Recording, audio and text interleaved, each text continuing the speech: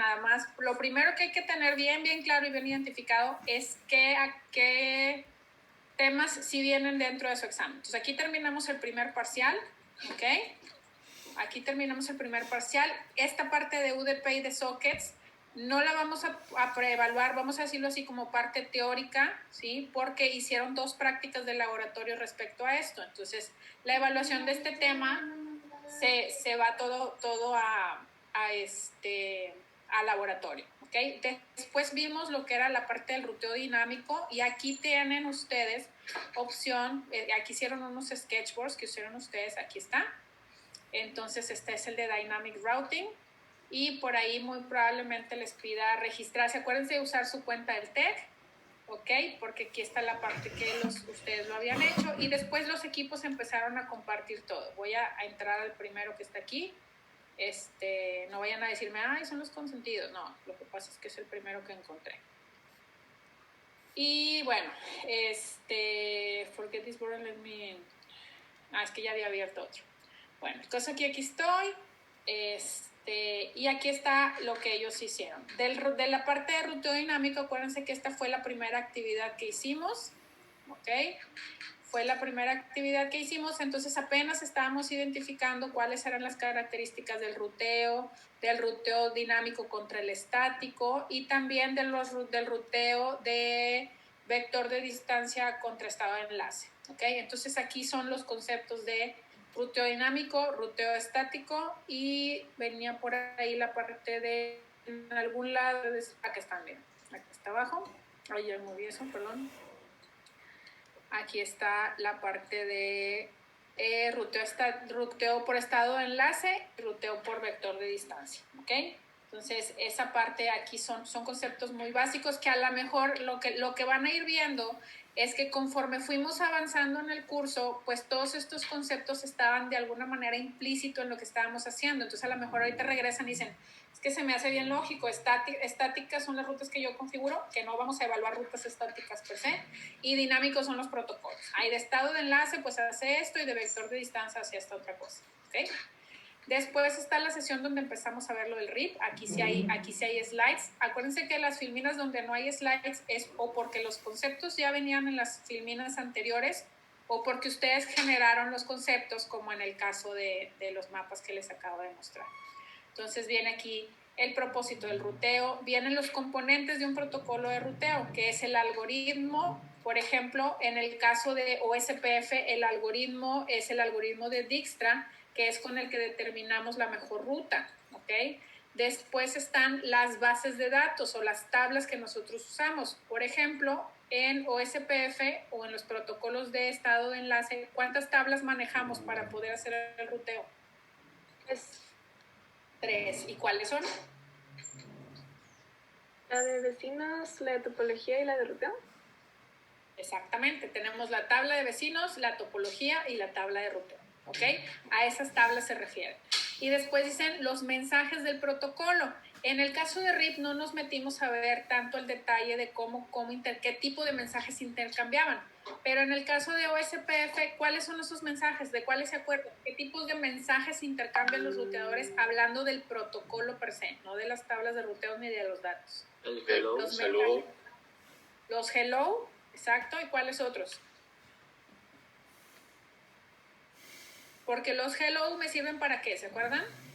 Como su nombre lo dice. Establecer adyacencia. Adyacencias, para conocer a mis vecinos. Llegas y hola vecino, ¿ok? ¿Y qué más tengo que hacer? Ok, ya somos vecinos, ya nos hablamos. ¿Y ahora? Cuando haya un cambio en el área, pues notificar a mis routers cercanos. ¿Sí, no? Ok, ¿y esos mensajes cómo se llaman? Hay un LSAs. description. Los LSAs, ¿ok?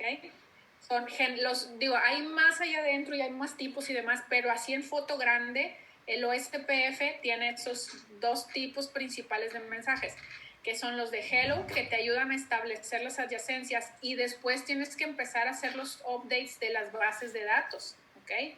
Tanto de vecinos como de topología como de ruteo. Y para hacer eso lo haces con los LSAs de distintos tipos, que viene más adelante, pero así les digo, en grandes grupos son esos 2, ¿ok?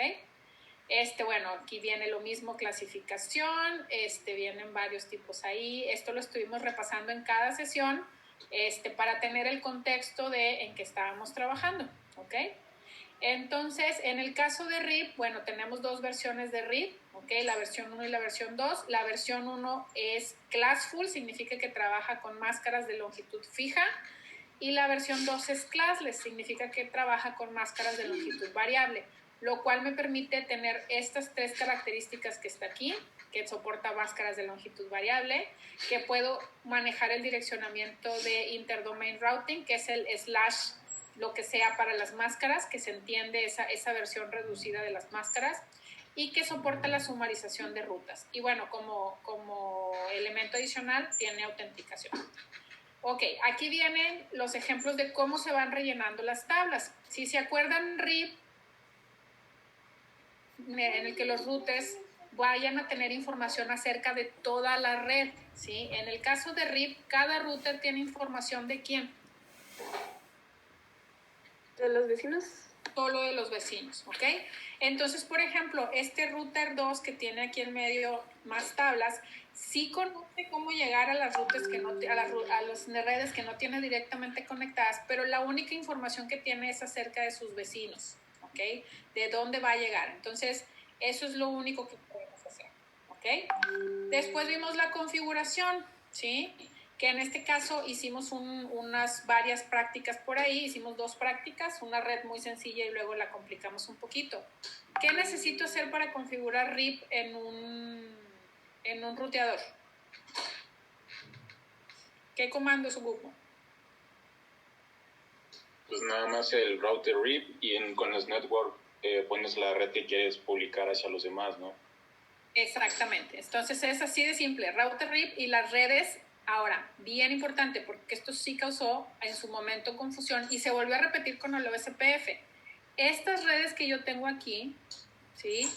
Están en referencia al router 1, que es el que estoy configurando. Son las redes que tengo directamente conectadas, ¿sí? Cada ruteador publica las redes que tiene directamente conectadas. Son las únicas que puede manejar ahí en el protocolo de ruteo, porque son las que conoce, son de las que está seguro, ¿ok?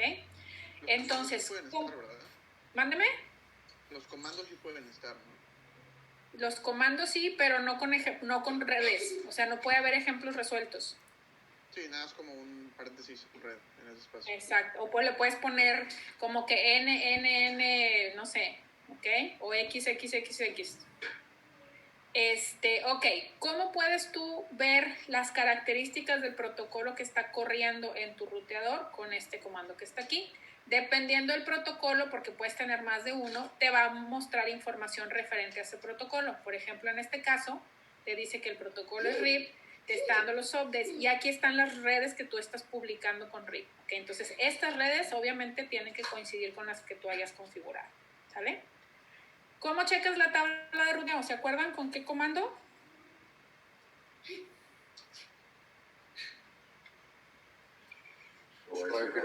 Con show IP route, ¿ok? Ahora, de esta tabla de ruteo que yo veo aquí, yo puedo reconstruir hasta cierto punto la red, ¿sí? ¿Qué es lo que puedo yo ver en esta tabla de ruteo? Fíjense, para empezar, esta tabla de ruteo pertenece a qué router? Uno. Al router 1, ¿ok? ¿Y qué redes tiene directamente conectadas? Las que dicen L. Ajá, entonces la punto 1.0 y la punto 1.2. Perdón, la punto 2.0. ¿Ok? Tiene que estar conectado a otro router, ¿cierto? ¿Cómo se llama ese router? Solo Dios. Y detrás de este router hay una nube que me lleva a qué redes?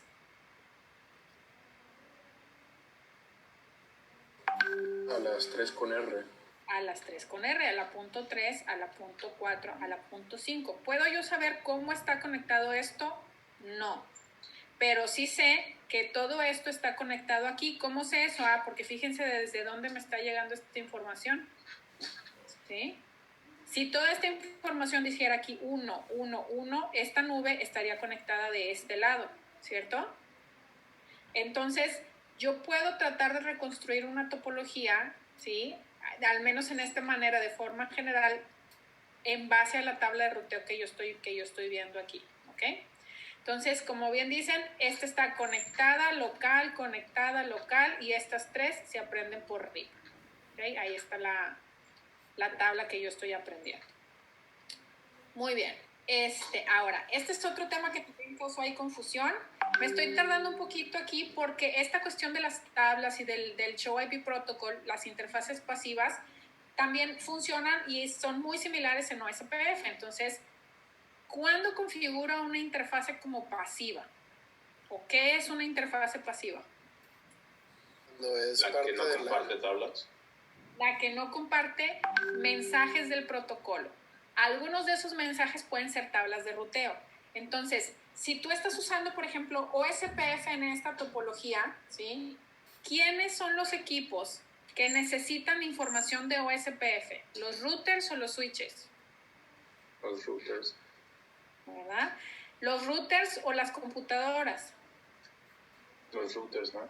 Los routers. Entonces, si en toda esta red no hay un solo equipo que ocupe rutear, si en toda esta red no hay un solo equipo que ocupe rutear, y si aquí tampoco, acuérdense, imagínense estar mandando todos los LSAs, de estar haciendo los updates de las tablas de OSPF a toda esa red donde lo único que hay son switches y computadoras.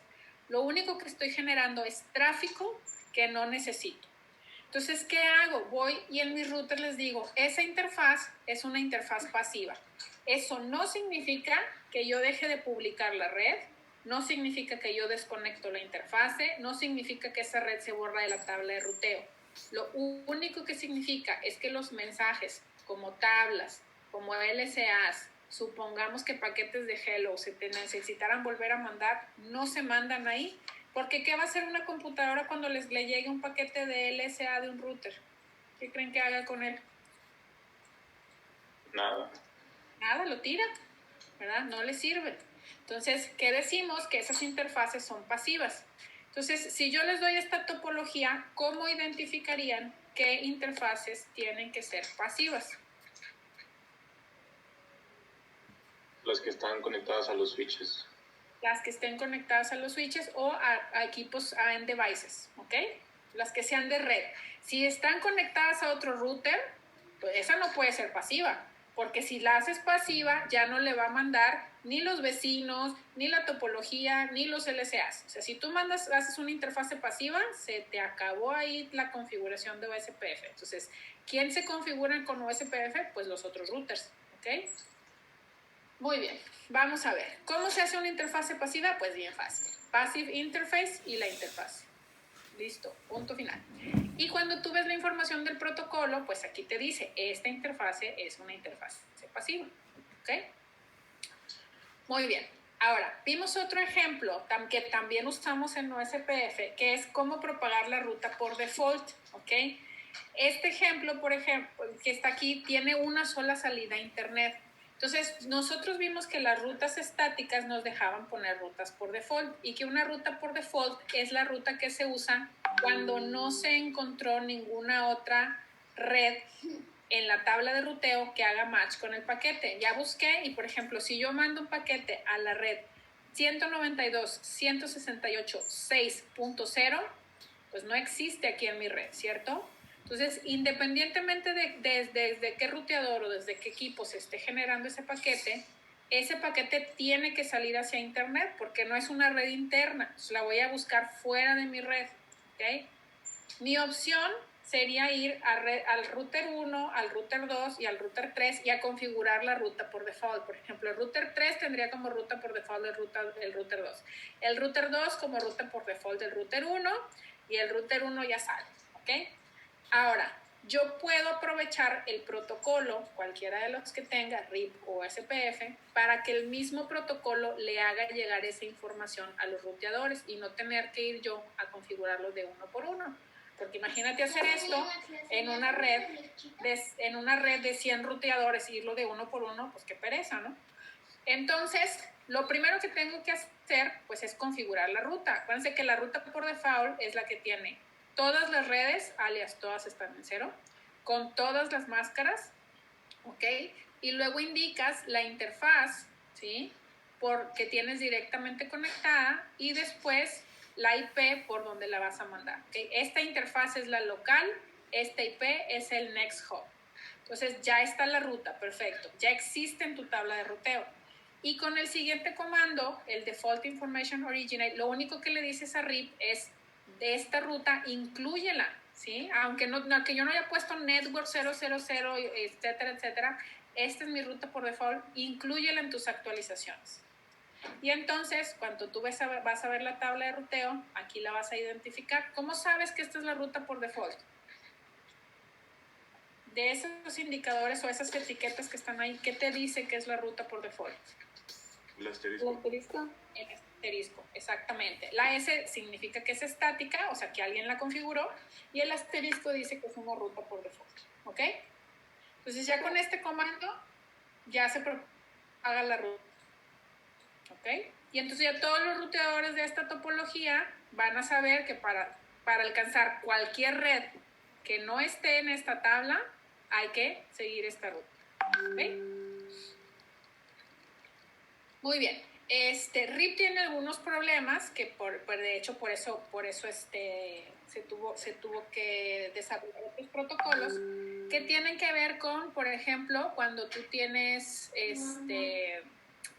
un conteo infinito, cuando se te hacen algunos loops. ¿Se acuerdan cómo arreglábamos esto? ¿Alguien? ¿No? Con el máximo de saltos. Una es con el máximo de saltos. Otra es con esta técnica que se llama Split Horizon. ¿Alguien se acuerda qué era este? Ponías como un timer cuando recibía actualizaciones, ¿no? Ese es el que sigue.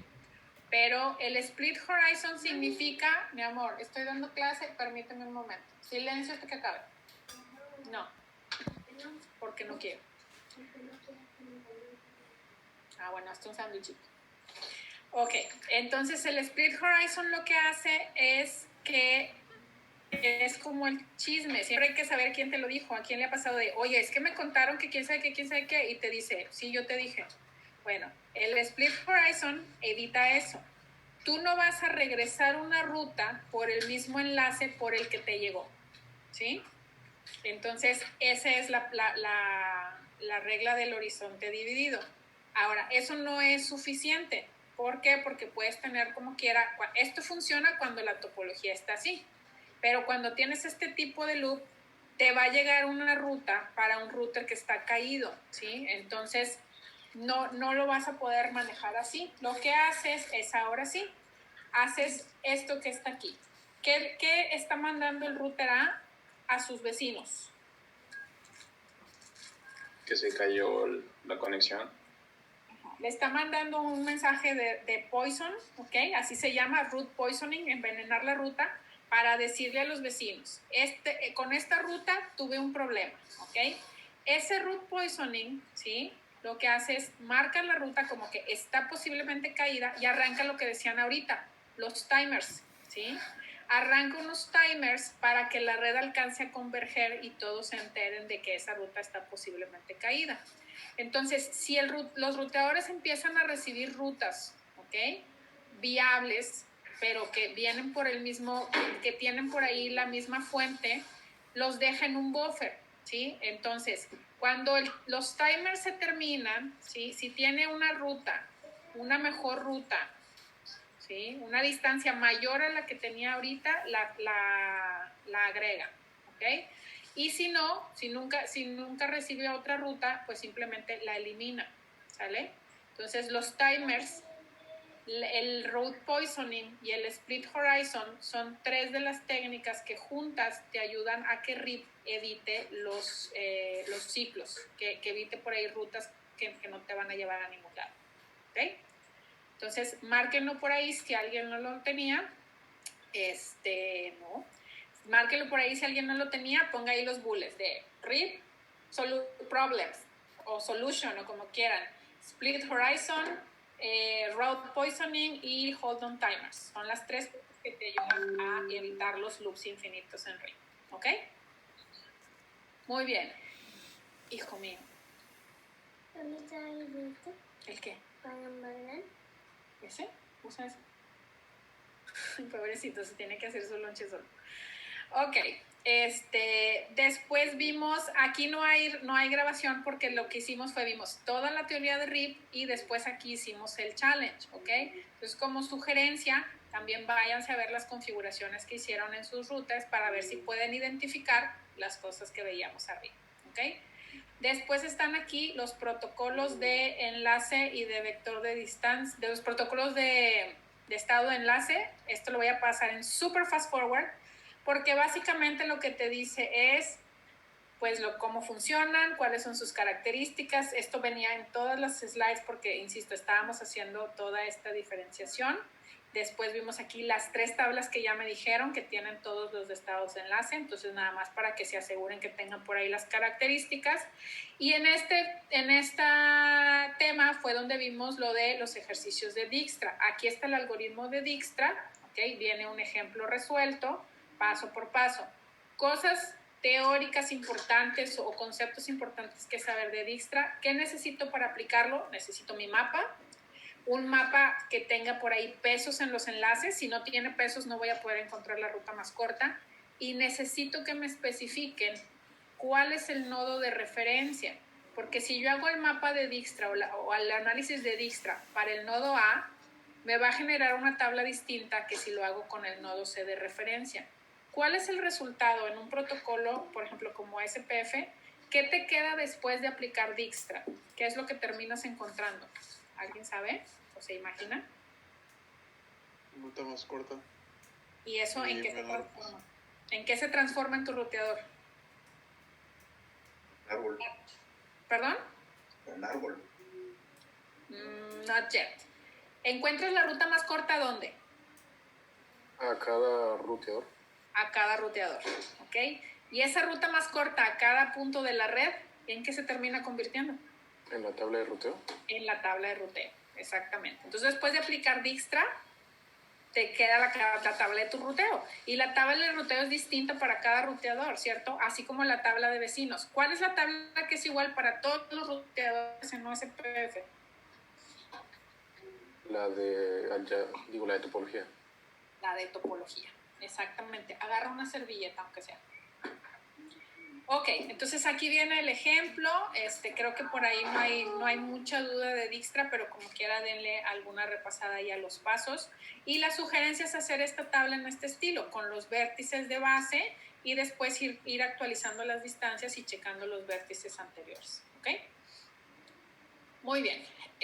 Preguntas hasta aquí. Ya vamos a empezar con OSPF. Entonces les voy a tener que pedir los 5 minutos entre clase y clase para terminar con esto. Pero antes de entrar a OSPF, ¿dudas o preguntas con lo que revisamos hasta ahorita? ¿No? Perfecto. Muy bien. Bueno, pues ahora sí, después nos fuimos a OSPF.